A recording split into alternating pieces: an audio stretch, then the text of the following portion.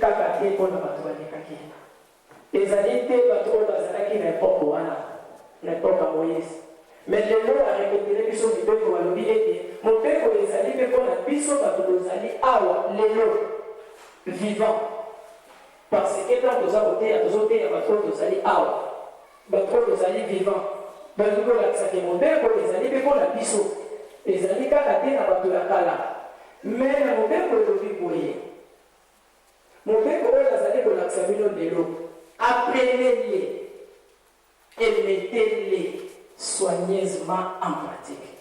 Moïse a dit que besoin yango kaka te besoin yango mpe bon mettre yango en pratique.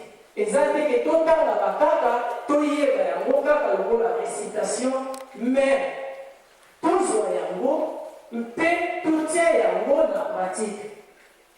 Esuka kaka na kotanga te mais tosalela yango. Mobeko oyo elobi nini esengeli osalela mobeko oyo elobi nini esengeli esalela eza kaka te bon natangaki yango parce que bon il faut natanga parce que l'église c'est toujours comme ça non tozwa yango mais tomettre yango mpe en pratique batata na bamama mobeko toyebi à chaque fois toyosa kotelaka akokalifiaka mobeko na nini na ye par rapport à la conception ya mateya na ye mais biso tozopesa qualification ye mais nde tokolingola kaka mobeko na yango mpona kolingola mobeko batata na bamama esengeli na biso ete mobeko nyonso mpona koexplike yango mais lokola tozalaka na ta mingi te lokola tokowelaka peut-être mwa moke temps yango chaque prédicateur akolokaka mwa mobeko moko po alingola mais elobi te ke mobeko wana eza plus important que les autres pamba te mobeko nyonso ezali mobeko e mobeko nyonso esengeli ete totosa yango mais tokozwaka juste moko mpona kolimbola mpona koleka parti wana te na yango mpona biso lelo mobeko tokomeka kolimbola ezali mobeko tolobi mobeko ya liboso oyo ezali na 7e verset yango elobi boye tu n'auras point d'autre Dieu devant ma face. Tu n'auras point d'autre. D'autre, c'est au pluriel. Dieu devant ma face. Okozala na nzambe mosusu te liboso na ngai. Okozala na banzambe mosusu te liboso na ngai. Batata na bamama mpona nini tozwi mobeko wana parce que mobeko nyonso eza na mobeko parce que lelo tokosalaka mingi nzambe azali nzambe mais banzambe mosusu bazali ebele parce que c'est bien écrit c'est au pluriel mais ma face liboso ya nzambe azali moko toyebi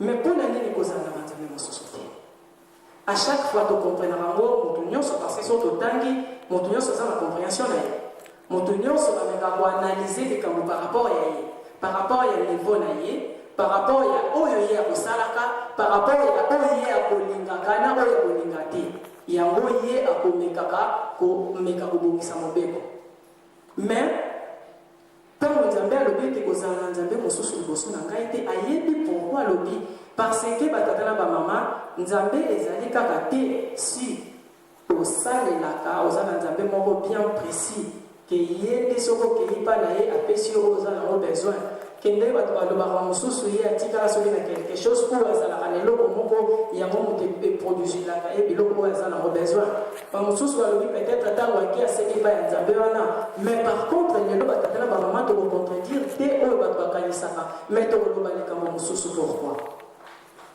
kozala na nzambe mosusu te nzambe azali moto oyo tokotosaka nzambe azali oyo tokomitikaka na nyonso oyo ye alingi biso tosalela ye mpo ete azali nzambe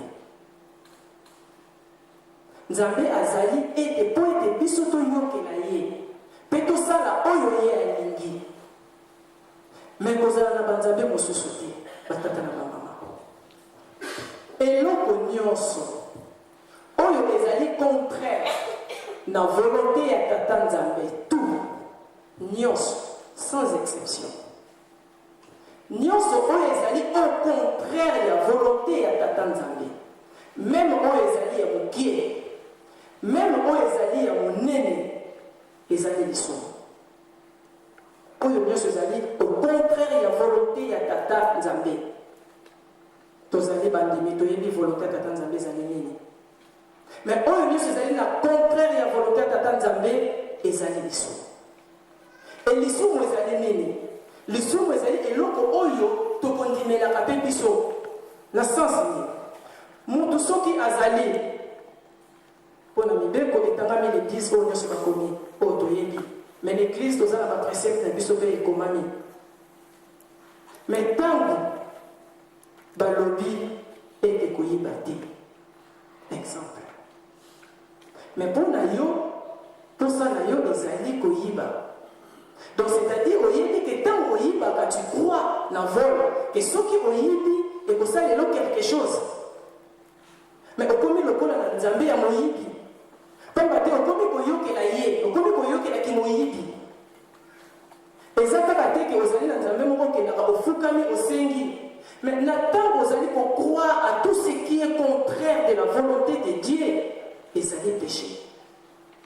Pamba te osali oyo Nzambe alingi te, osali oyo ezali volonté ya likambo oyo osali. Nzambe alobi ete mokolo moyenga pekisami kosomba.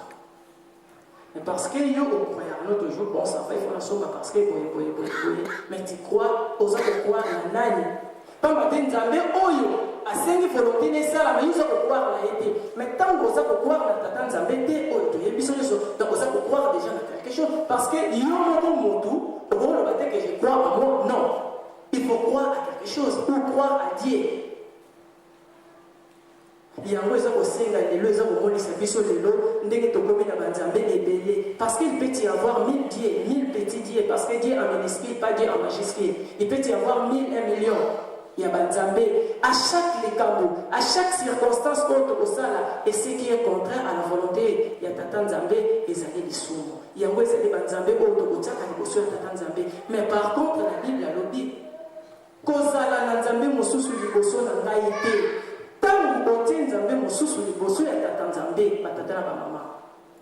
Tout ce qui vient après, c'est nul. Parce que là, tu demandes à qui?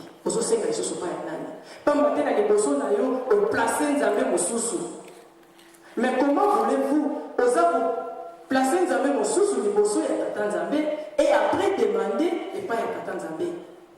Batata na ba mama, toye bakani to osalaka, nini to bolingaka. Et pas une minute aux avocats. Pour la mobile, pour la mobile, l'attend parce que tant la biseuse allait coqueter, pour la mobile, pour la tata ba maman, de ceux qui tout les pour la mobile, ba biso na biso, ni to rosalaka, enzambe ni to rosalaka na ye. Et après, totalaki na Évangile selon Jean, chapitre 14, versets 15 à 16 et 25-26.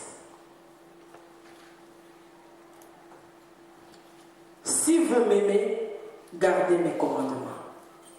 Et moi, je prierai le Père et il vous donnera un autre consolateur, afin qu'il demeure éternellement en vous.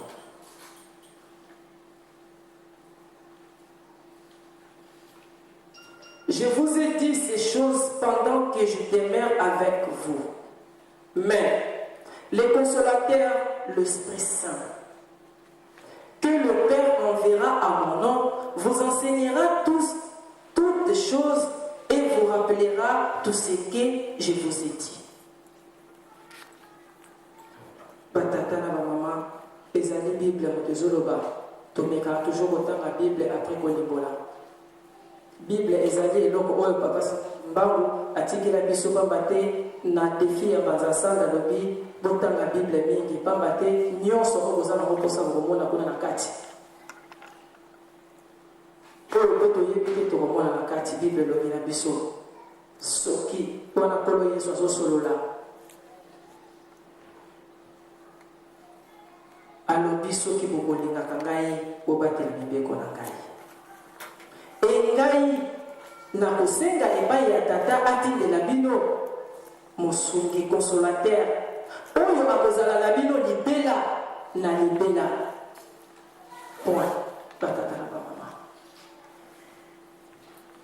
Consolateur oyo akozala na bino libela na libela. Tokendaka point par point pour peut-être na suka to comprendre. Soki tokolingaka tata Nzambe kolo Yesu alobi soki bokolingaka ngai bobatela mibeko na bokoyisa te.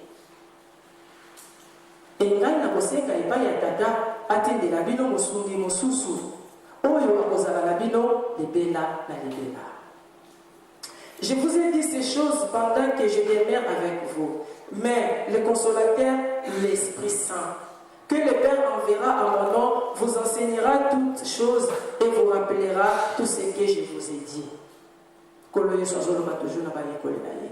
Soki bolingaka ngai, bobatela mibeko na ngai, nga na kosenga epai ya tata atindela bino mosungi oyo akozala na bino libela na libela. Je vous ai dit, nalobi na bino makambo oyo, pour ete ntango le consolateur akoya molimo mosanto, ye akoenseigner bino makambo oyo, akorapele bino makambo oyo ngai nalobaki. J'ai encore beaucoup de choses à vous dire, mais vous ne pouvez pas les porter maintenant. Quand les consolateurs, batata na bamama, toza kotanga, toza kokende. Kolo Yesu alobi, soki bolinga, obatela mibeko nanga. Na kosenga na tata, atindela bino mosungi, akozala na bino libela na libela. Tango mosungi wana koya, molimo mosanto, ye akoyebisa bino na makambo oyo ya ngai. Nazali na mingi ya koyebisa bino, kasi bokoki kotia yango lelo te na motema na bino. Mais tango ye akoya, esprit ya vérité, il vous conduira dans toute la vérité. Akomema bino la vérité nyonso, car il ne parlera pas de lui-même, mais il dira tout ce qu'il a entendu et il vous annoncera les choses à venir. Il me glorifiera parce qu'il prendra de ce qui est en moi et vous l'annoncera. Tout ce que le Père a est en moi. C'est pourquoi je dis qu'il prendra de ce qui est en moi et qu'il vous annoncera. Batatala mama soki tozolo babongo ezali nini. Kolo Yesu azosolola bayekoli. Azali koyebisa bango na ntina ya boyeli ya molimo mosanto. Esengeli ete molimo mosanto aya kata mokili. Alobi na bayekoli liboso mobeko. Soki bokolingaka ngai obatela mobeko na ngai. Engai na kosenga epai ya tata atindela bino mosungi. Tango mosungi wana akoya akolakisa bino maye oyo mosusu ngai nalakisi bino te. Akoyebisa bino oyo po ete akozwa oyo ezali kati na ngai akolakisa bino. Mpona nini nayebisi bino boye? Pamba te nyonso oyo ezali na tata ezali ya ngai. E oyo ezali ya ngai ezali ya ye. Tobandi prédication batata na bamama. Tango toyebi nyonso oyo kolo Yesu asalaki, parce que tokosolola soso makambo ya kolo Yesu te sikoyo. Mais lobi tango molimo mosanto akoya consolateur parce que tout est bien écrit. Akoloba na kombo na ngai, toyebi nyonso tango papa Simon Kimbangu aye, e nyonso tango alobaki na jugement ya mbanza ngongo, iyo ozali na labi ngai nazali motindami ya kolo Yesu. Abandi koloba mpo na kolo Yesu. Kolo Yesu alobi akoyebisa bino na oyo nga nayebisi bino te. Batata na bamama. Kolo Yesu ndenge tolobi toza kokende na makambo wana te. Kolo Yesu toyebi lelo biso nyonso kati na mokili. Na bakimbangiste, na banokimbangiste, na bato ya eglise nyonso. Kolo Yesu azali Nzambe, Nzambe tata, Nzambe mwana. Wana ezali sujet au débat parce que moto nyonso ayebi. Mais ya lobi, ye tango koya molimo mosanto, le consolateur. Akoyebisa bino oyo mosusu nga nayebisi bino te. Batata na baba. Nani akoki koyebisa biso batu oyo Nzambe ayebisi biso te? Soki entre guillemets azali Nzambe te. Toko conclure en mode ndenge toza kokende. Batata na mama.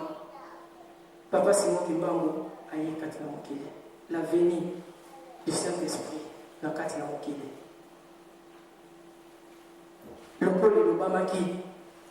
Mais comme biso na mokili to kondimaka te yango tokokendaka na kotanga me na Bible tomeka moke kopove tomeka mwa moke kosolola toyeba mwa moke importance mpo na nini enani papa Simon Kimbangu ntango aye papa Simon Kimbangu asali nyonso oyo biso toyebi po ete nkolo Yesu alobaki ntango akoya akosala mingi oyo mosusu ngai nasali te akoloba oyo ngai nalobi te akoyebisa bino mpe makambo oyo ekoya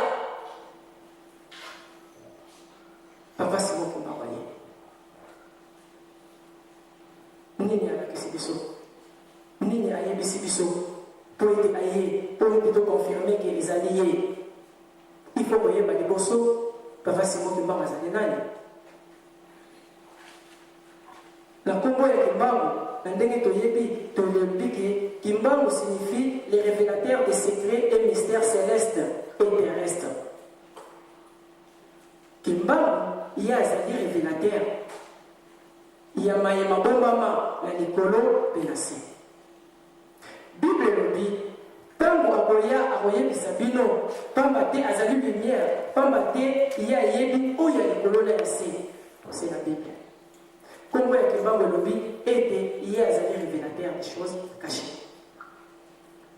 Tozali kokende batata na bamama mais biso ntango nyonso tozali kondima te mais est-ce que vraiment papa Simon Kimbangu aya oui aya tomona ye toyebi ye est-ce que ye nde moto azali motindami vraiment ya nkolo Yesu pamba te soki ozali motindami ya nkolo Yesu lokola Yesu alobaki te oyo akoya akoloba oyo ngai nalobi te mpo loba oyo Nzambe alobi eke atiki yo loba yango le reste donc il faut zala Nzambe ayango. C'est pour cela papa Simon Kimbangu ezali mpasi mpona koloba ete azali Nzambe molimo mosantu kasi Bible etiki te Bible ezali kokontinue Bible elobi makambo nyonso oyo papa Simon Kimbangu aza kosala ndenge nkolo Yesu alobaki yango mais tokoki nanu koconclure te ke papa Simon Kimbangu ayaki po ete ayaki le 12 septembre 1987 na nzoto ya kiti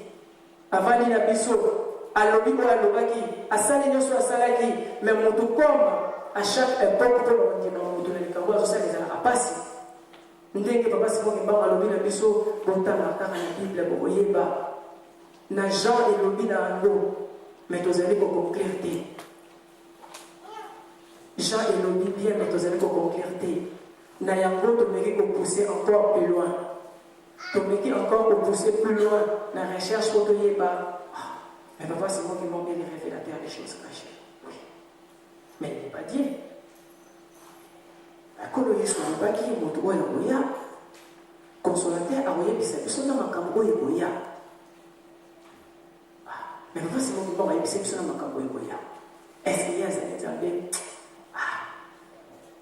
non toyebi nano te mais il faut aller encore plus loin allons encore plus loin nde tokei sikoyo na Daniel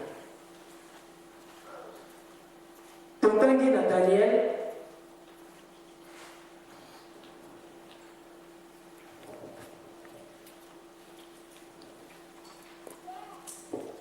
dans Daniel chapitre 2 verset 28 et après tozongi mwa moke na 22 verset 22 Daniel chapitre 2 verset 28 et 22 wana ezalaki ntango prophète Daniel abandaki kolimola ndoto ya le roi tokozwa juste paragraphe moko mais il y a dans le ciel un Dieu qui révèle les secrets.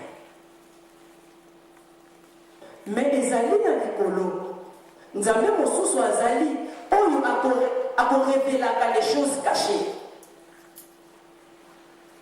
Mais c'est qui est Kimbangu? Kimbangu signifie les révélateurs des secrets. Il y a un Dieu au ciel qui révèle les choses cachées. Batatana ba mama to bandi ko sala parallélisme. To bandi ko na likambo moko. Kimbangu alobi Kimbangu atei. Mais ezali na Nzambe moko likolo oyo akorevelaka les choses cachées. Mais comment ya Kimbangu elobi ete révèle les secrets. Dans verset 22, il y a Daniel, toujours chapitre 2, et le il révèle ce qui est profond et caché. Il connaît ce qui est dans les ténèbres et la lumière demeure avec lui. À quoi révéler les alliés profonds et cachés pour les secrets. Batatala maman, to solo la seconde papa Simon Nini to yebi na papa Simon Kimba. Nini papa Simon Kimba alobaki na biso. Mettez-le maintenant en pratique. Papa Simon Kimba alobi na biso makambo mingi. Papa Simon Kimba asali miracle oyo nyonso biso to yebi. Oyo tango lelo to citer nyonso te. Mais vous allez couper ça en point pour le voyer, yé aïe, yé abondami, et c'est qu'il a dit aïe, pour aider Allah qui ça, à comment sous l'autre page, ou peut-être testament, sous quoi il peut mater à Tanzambé, pas mater tant au colonier sur le lobby, et le consolateur à Roya, l'Esprit Saint. À Kosala, à Koloba, Oyo, Sousma, le Bagité, à Koloba, la Congo, la Yété, à Koloba, Oyo, je vais pas la caille. Patatana ba maman tango tozongi na Jean kolo Yesu alobi nyonso oyo ezali ya tata na ngai ezali ya ngai alobi na parabole mais oyo nyonso ezali ya ngai ezali ya consommateur oyo akoya patatana ba maman nini ekoki kozala ya Nzambe tata ezali il y a Nzambe mwana kolo Yesu mais dès que vous allez à mon mususu qui n'est pas Dieu ni ne batata maman et l'autre où est que vous allez à tata Nzambe où est que vous quittez pas ya tata mwana mais pour la nini de vous allez où est où ya vous allez Nzambe pour y être biso moko to ni ko société donc où ils allaient à tata Nzambe il y a bonheur sur les alliés à kolo Yesu. Le coup des alliés à Koloyes, il est dans le Saint-Esprit, l'Esprit Saint. À Koye, Bissabino, on se souvient de la vérité. Mais nous sommes les alliés à Tata, les alliés à Ka. Et nous sommes les alliés à Ka, les alliés à Yé. Koloyes, nous n'avons pas Yé. Et il y a un autre qui est à Koloyes. Et le billet de Yé à Zalé Nzambé. Molé, mon santo. Il y a les consolateurs il y a qui et ce qui doit conclure en mot parce que la Bible est conclure dans Daniel et Yébisibiso qu'il y a un Dieu dans les colons où il a révélé les choses cachées et comme Papa Simon qui m'a dit c'est lui qui révèle les choses cachées et pourquoi te lobby était Papa Simon qui m'a dit Azali prophète qui Azali Nzambé Papa des prophètes à Kolobaka, message à Tata Nzambe. On nous avait apprécié pour être à Loba, à Banza. Mais papa, si vous qui parlez, Azul Loba, Kakate, on nous avait apprécié à Loba. Azakoloba, on nous dit qui peut être colonié sur Loba qui a connu Bissabino, on nous va la lobité. Donc les restes, on a colonié sur Salakité, hier au Salayango. C'est pour ça que je dis ce n'est pas un prophète. Pour dire Azul Loba, et l'autre oyo tata Nzambe asilisaki kosala te esengeli ya sala yo moto kosala oyo tata Nzambe azosala atiki yo ozali nani ekozala Nzambe e yango nde nauti koloba tata na bamama ntango to approfondir recherche ntango tokei Daniel nde aye koyebisa biso ke na likolo ezali na Nzambe moko ye arevelaka azali Nzambe. Dans ma tête, la Sainte Trinité, il n'y a que Dieu le Père, Dieu le Fils, Dieu le Saint-Esprit. Quatrième personne à Zalité.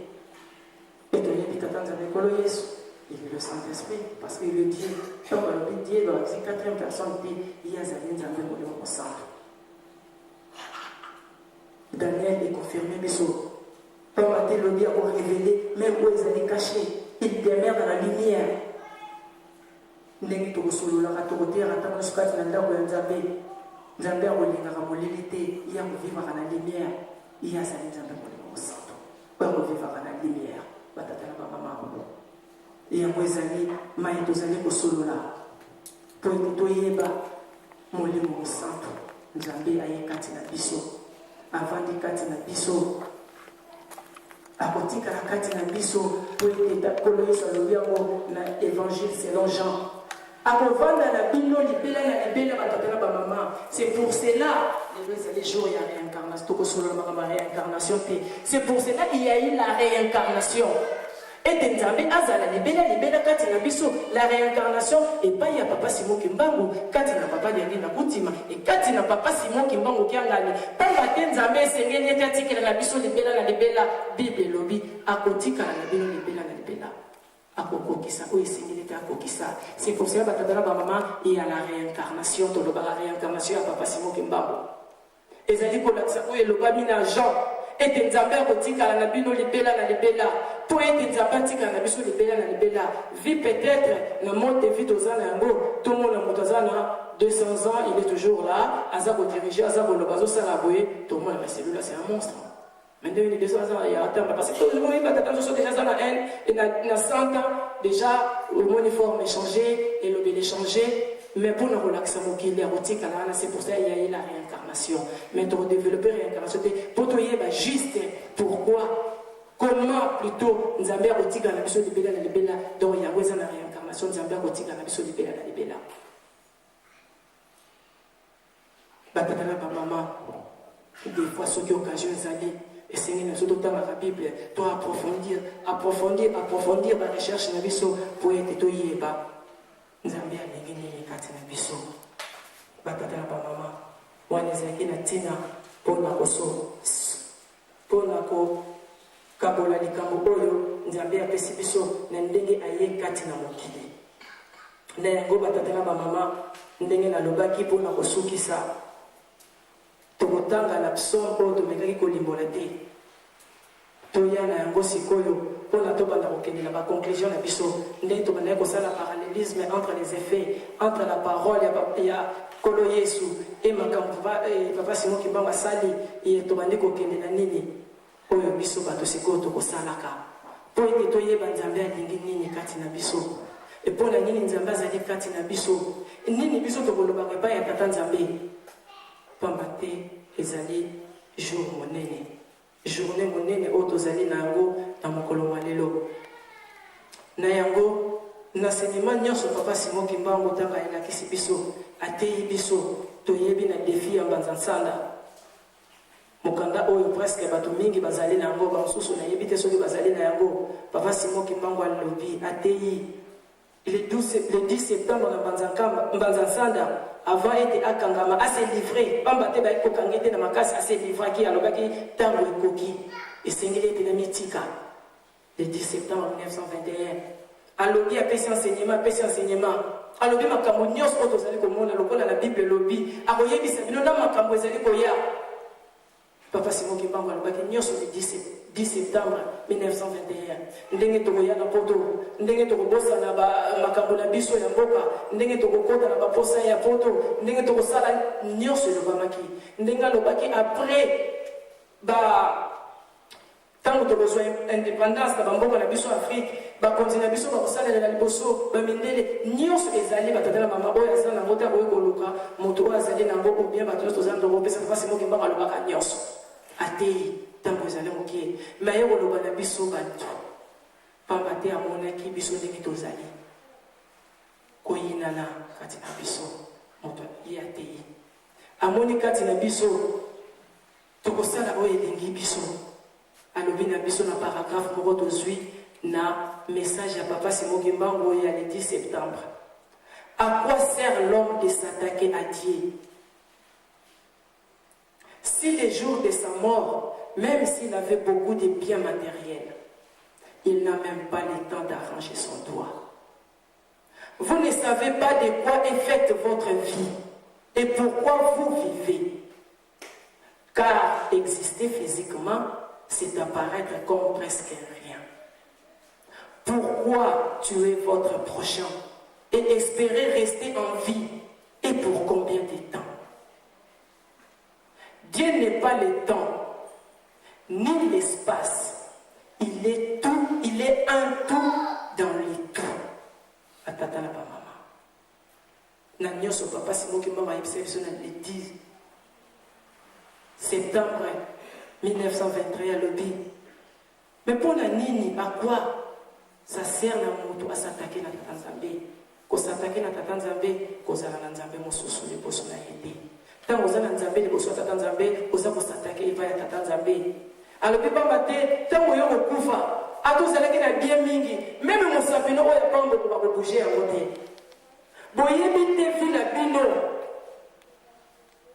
Vous ne savez pas de quoi est faite votre vie. Boyé bite, toyé bite, vie la biche salame la nini. Et pourquoi tu ne vivras pas? Toyé bite la maman. Tu n'allez pas. Parce que vivre physiquement, c'est apparaître presque à rien. Donc, toujours quand tu n'allez pas, tu n'allez dans le joto, tu n'allez dans le nyonso, mais les bosses t'attendent à même si tu n'as presque à rien. En une seconde, après qu'on a anéanti et on dit qu'il y a un sort. Et on dit qu'on bouge même pas dans la vie. Il y a moi l'oublié. Pourquoi tuer votre prochain et espérer rester en vie et pour combien de temps? Ton ami est au limite pour maman de Konabiso. Et puis, biso, ton promis, ton espérer continuer dans la vie. Et continuer dans la vie pour combien de temps? Ce qu'on va mettre à la seconde qui vient après, il nous a pas pour meilleur. Toi, tu as espéré rester au moins encore 10 ans. Mais nous avons un bon lieu parce qu'il a les pouvoirs. Papa, moi, qui t'ont égalité. Tous les gens qui ont la question, tous les gens qui ont même pour un rien. Les lots, mon colombier n'est pas passé, mon kimba, moi, Katina Bisso. Mon démon santo. Avant de Katina Bisso, à commis le colomb moto, à me commis si moto, Katia bateau. Alors, il peut tout l'année de l'Indy. Et puis vous allez espérer après revivre. Et revivre pour combien de temps? Pourquoi les lieux vous allez retourner à Moninga na yo? Pour être mon sous à ça la bien et nous avons espéré tirer la kimia. Pourquoi maman? Pourquoi les lots de l'humanité? Et puis nous avons prétendre que nous avons pourquoi? Pourquoi? Et pourquoi?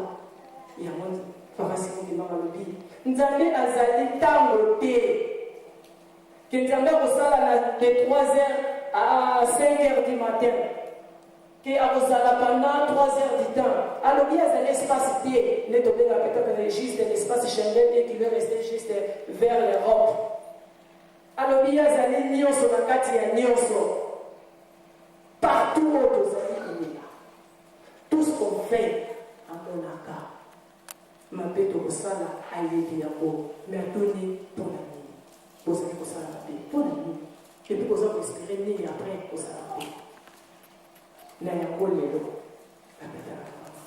Mon colonel, il y a des conséquences. Papa, c'est moi qui va m'enlever. Quand il y a des choses. Andimé à Kamama, Anyopama. Andimé, il y a ce scénario d'humiliation. Pour la biseau. Le biseau, pour lui, humiliation. Baseli yo kaka likambo moko tanzo basala ki par inconscience maman peut-être par inconscience et ce que vous pouvez vous rappeler que tant que comme ça peut-être après vous c'est la bolide ici que me connaît qui s'en aille na yeba ki te on sala ki zala ki mabe par inconscience tant yo zui yo sans et comme une autre histoire. Histoire après histoire et histoire après histoire. Au moins, la cause c'est dans mon peuple et comme une histoire y a histoire y a histoire y a histoire y a après tout comme il y a Zayanga, il y a Zayanga parce qu'il y a compris que histoire là parce que pour un rien. Et papa, tu me dis papa c'est mon qui parle. Vous avez mon leçon pour la vie. Tout le monde est sur le pôle de la vie. Nous nous ndenge yango batatana bamama ndenge na oti koloba mpona koconclure toli koconclure na psaume oyo die c'est psaume chapitre 56 verset 13 à 14 oyo die je dois accomplir les vœux que je t'ai fait je t'offrirai des actions de grâce car tu as délivré mon âme de la mort. Tu as garanti mes pieds de la chute, afin que je marche devant toi à la lumière des vivants. Oh Tata Nzambe.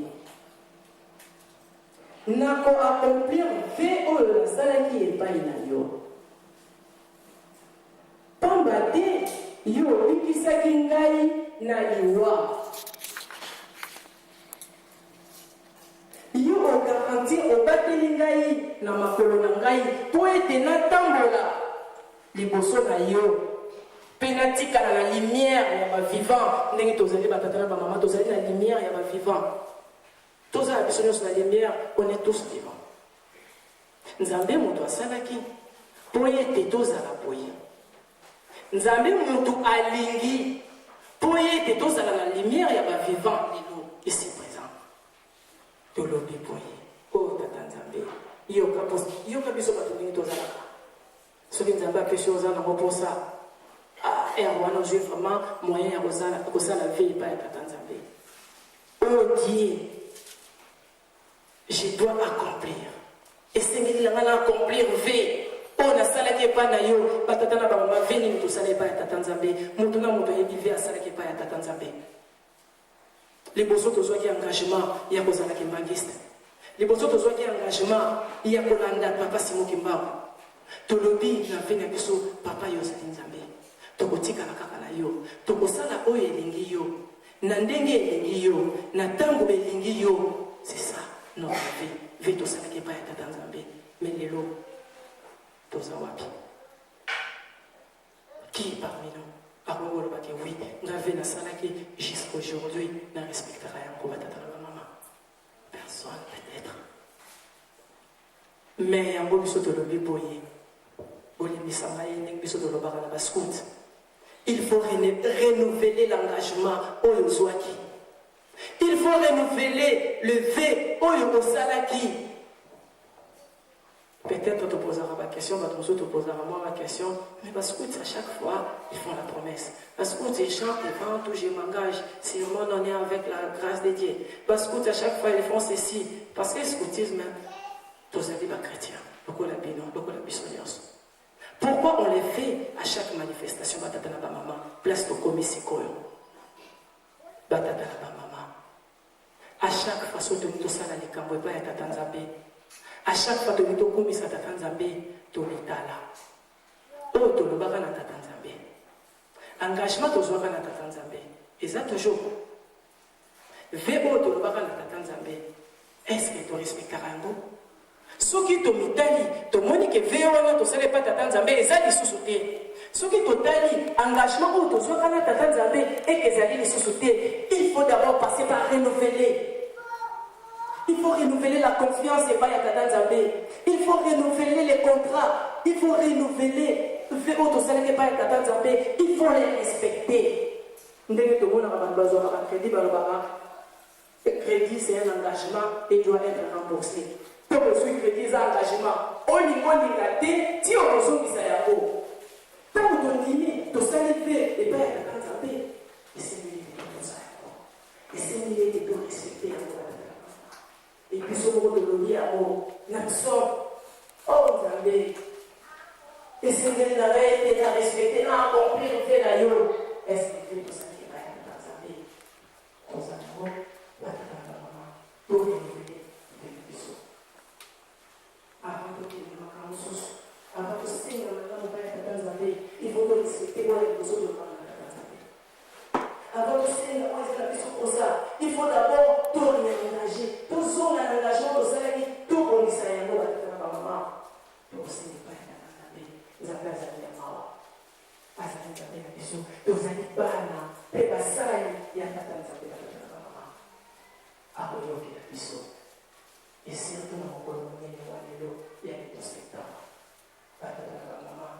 Et c'est nous qui de l'eau encore. Tozali banani. Tozali banani. Tolingi nini. Et c'est nous qui tosala nini. Tozali banani.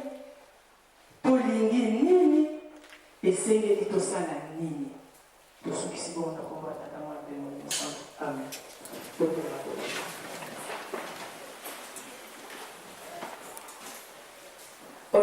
Père, du Fils et du Saint-Esprit.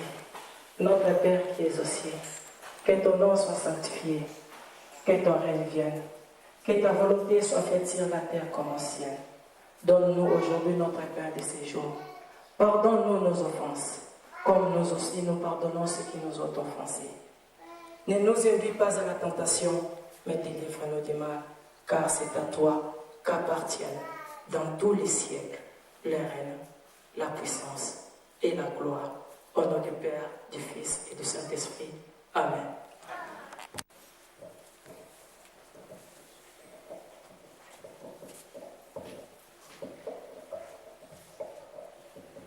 Kimyoyo kozali koluka, ezali nanga ikimbabu, kimyoyo kozali koluka, ezali nanga ikimbabu, masoyo kozali na yango posa.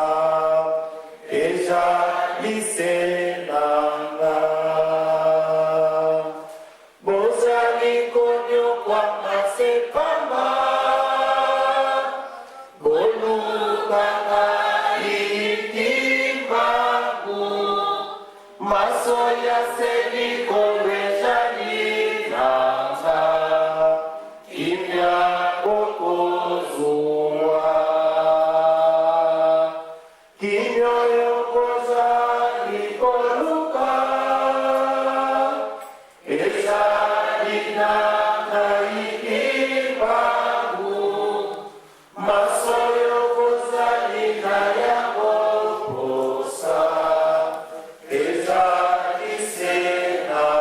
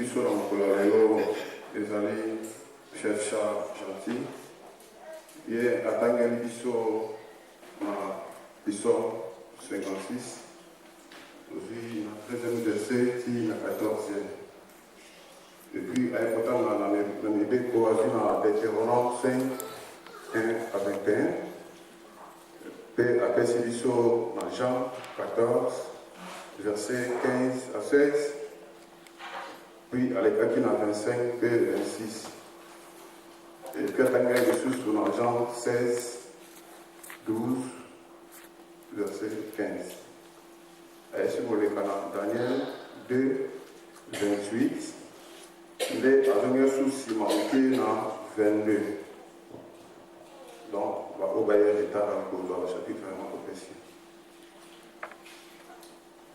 bon mpona fete na biso le 12 septembre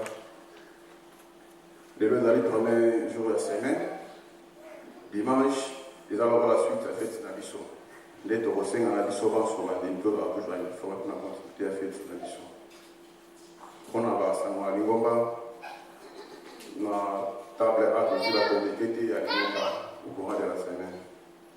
Sauf que tu dis que dimanche, on va toujours avoir une forme pour ça la suite, il y a fait la mission. Mais avant de la partie à la salutation, pour parler un peu sur l'historique, il y a un mouvement qui s'y met tôt. Il y a la date, il y a le 12 septembre. Pourquoi? Parce que la date, tu vois.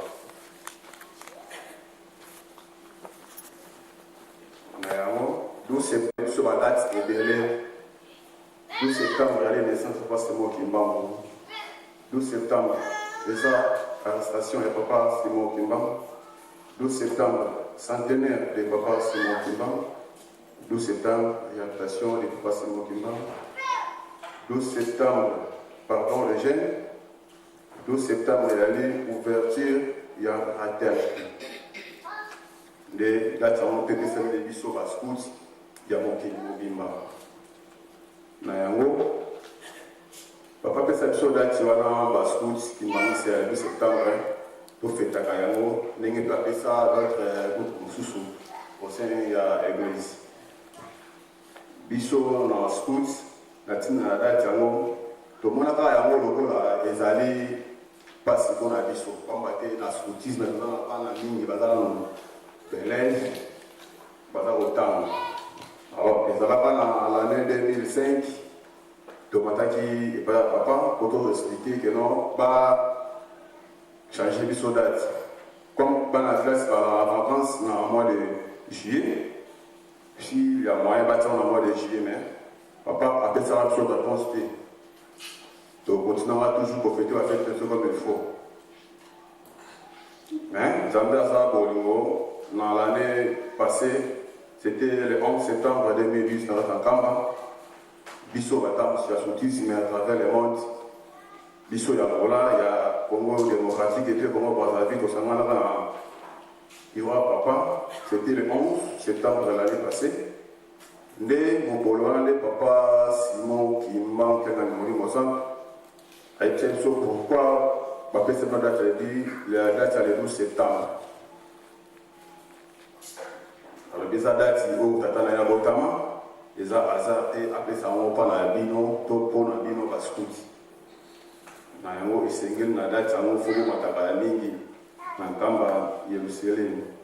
Et ça, le bino va être Angola, et ça, le bino va être RDC, différentes provinces. Et ça, va être même Bataline, va être en Europe. Pourquoi il y a une date, il y a un battu, et ça, il y a un peu de tata, après ça, on va le bino va se couper. Nayango alobi que les armes problème pour la bino faut que ce soit la mingi. Papa a dépassé que par rapport à la pensée de la qui nayango papa te biso de mon aki que date yango le 12 septembre les armes proches na l'entrée scolaire. Papa te programme en Europe il y a classe les entrepreneurs na programme il y a bande kuna RDC. Puis na Brazzaville tandis que na Angola les armes en Angola programme est différent na programme il y a UNESCO. Des salariés qui sont passés, mais pas pacifiés, ils sont en choix au salaire, et c'est une bonne fête, il y a Mingi, pamba te eza mokolo na bino soki papa apesaki bino dati yango ayebi ntina nini apesi bino dati yango eza esengomi mpona bino pamba te bino bascout na bandeko ya faki na kowana yerusalemi oza na chance bino te papa nanga papa yangenda kotima apesaka bino makayabo na ndalabula toujours na date ya 12 septembre alors oza na chance mingi bino ya le 3 mouvement bolia biloko wana soki elaki mpona 12 septembre te peut-être bokozwa yango te na yango ebisaki biso ke ntango bokozonga pays bouti bobosana te kotonga yerusalemi bozolala mpona mpasi bozali me misu na bino ya yerusalemi pamba te yango ele source mpe berceau de l'humanité moto mosusu azali ta kotonga